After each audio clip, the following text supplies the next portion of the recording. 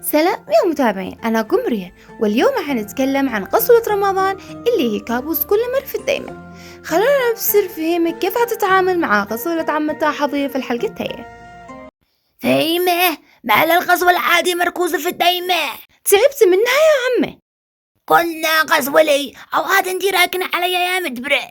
عادي لا هاونتيني يا عمي، ولا بس تدخلي وتعاوني بناتش أو أنا من الشارع ويا عكي عكا. انت انطيزان لو تبصري عمتي كيف كانت تشقابي، ما انت مدلعة وتشتغلين وتقولين يا رازي. كيف أفعل يا ربي؟ أيوة يا وردة، جي غسولي لي وديلك حق تعالى. وكم عاد الديلي يا فهيمة؟ 1000 ينطح 1000 يا وردة، وإذا زد عدف علي لي سمبوسة أزيد أديلش 1000 زيادة يا وردة.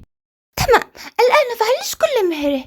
وردة يا وردة، وين انتي يا بنتي؟ بتغسوا لي شر دمي وعيني مكسورة الناموس.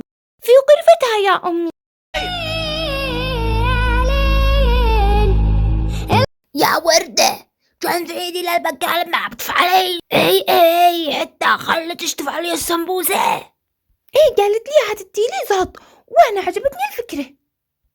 اي ما لا تروح لش بركة، ما بتفعلي قلعش ربي غزالة اثنين للحق شلخي. إيه أنا ولا حاجة يا عمتي، وماشك تحمتي غرفتي. خليتي بنتي تفعلش عمل وتضحكي عليها بشوية زلط، فاهمة؟ إيه خلاص شدي لها 2000. من ليش؟ من حق بني. خلاص بطلت يا عمتي.